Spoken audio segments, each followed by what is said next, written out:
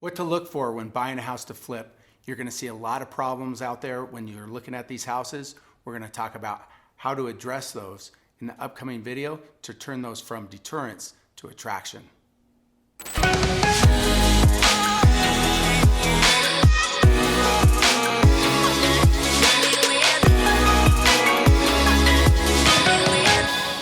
In this episode, what we're going to talk about is you as an investor becoming a professional problem solver. We're going to then go over, is the property even worth doing?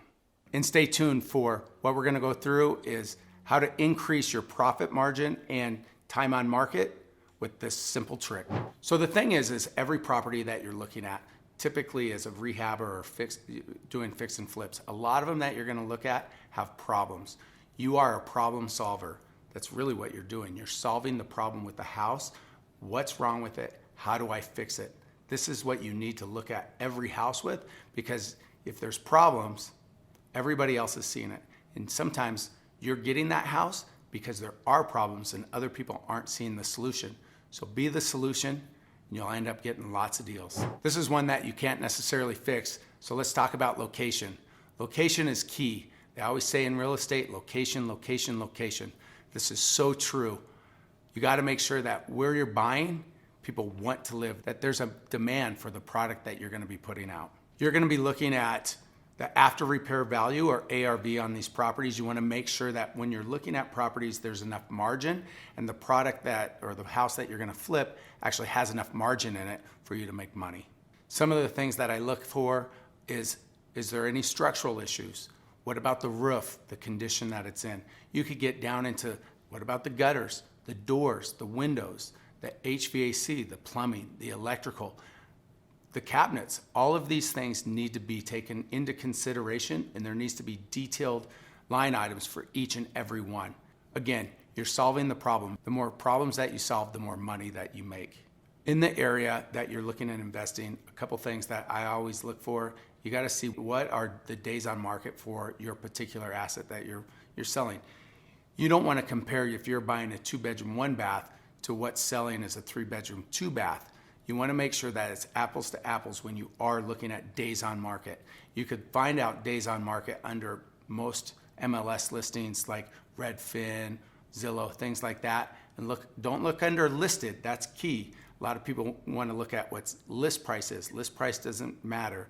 It's what's sold. So make sure you're clicking on the sold button, not the list button. You want to look at the scope of work that needs to be done to the property and the timeline that it's going to take. These things cut into, or you need to at least factor them into what your offer price is, so you could calculate your holding cost along with your commissions and what it's going to sell for.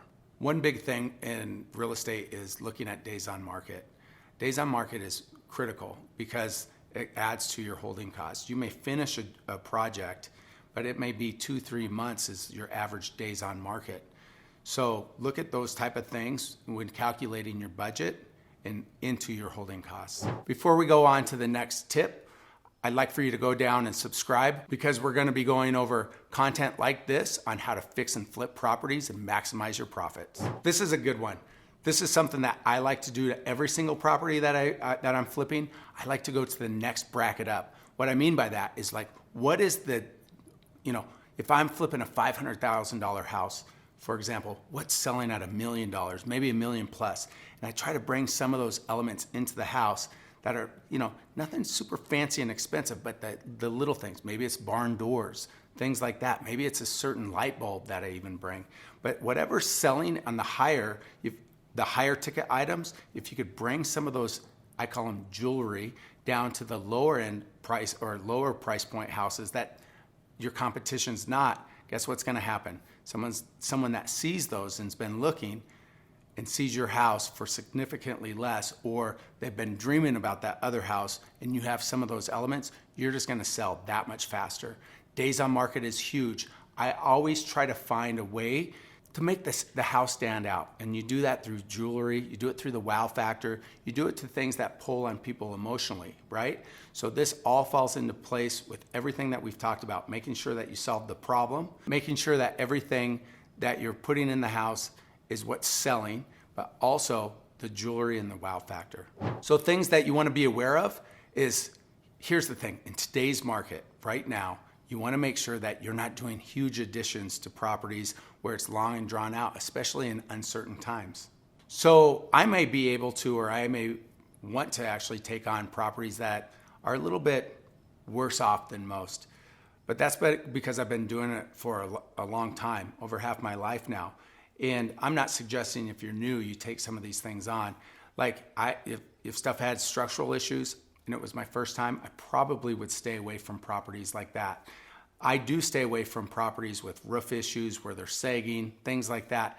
You could get into properties that structurally, you just don't want anything to do with. I look for, and I think that it's smart to look for things like block or brick construction versus wood, especially in the valley. One thing that comes up in our area, you get rats in the wood. So a lot of people talk about that. So we try to stay focused more on block construction. One of the very first things that I ever learned when investing in real estate is staying away from the 2-bedroom, 1-bath. Unless that's really what's selling in your area, oftentimes it's not. And families, young families or families in general, are looking to buy in those particular areas, and they stay on the market a little bit longer. They bring a little less competition. So factor those things in when you're doing your numbers. HOAs could be a good or bad thing, just depending. It keeps people from doing radical things, maybe to the neighborhood or to their house, but it also could be a hindrance. For example, if you're intending or planning on flipping this to an investor and they have it as an Airbnb or vacation rental, or maybe it's one of your exit strategies, which you should have multiple exit strategies anyways, that we'll talk about in another episode here. But if that's the case, you want to make sure that HOA actually allows for vacation rentals. So when looking at the property to flip, you're looking at like time versus reward. Like, is it a fast flip and maybe not as big as margin? Or I want to look at, is it a fast flip and is it enough margin, right? So if it's a longer hold and my margins are not that great, probably want to stay away from that one. In and out as fast as possible. Singles and doubles as well. I always say you don't need to make a home run in this. You want to get as many on bases as possible. So as a free gift to you, what we have for you is a free gift. By clicking the link below, we're going to get you 100 ways to find off-market deals.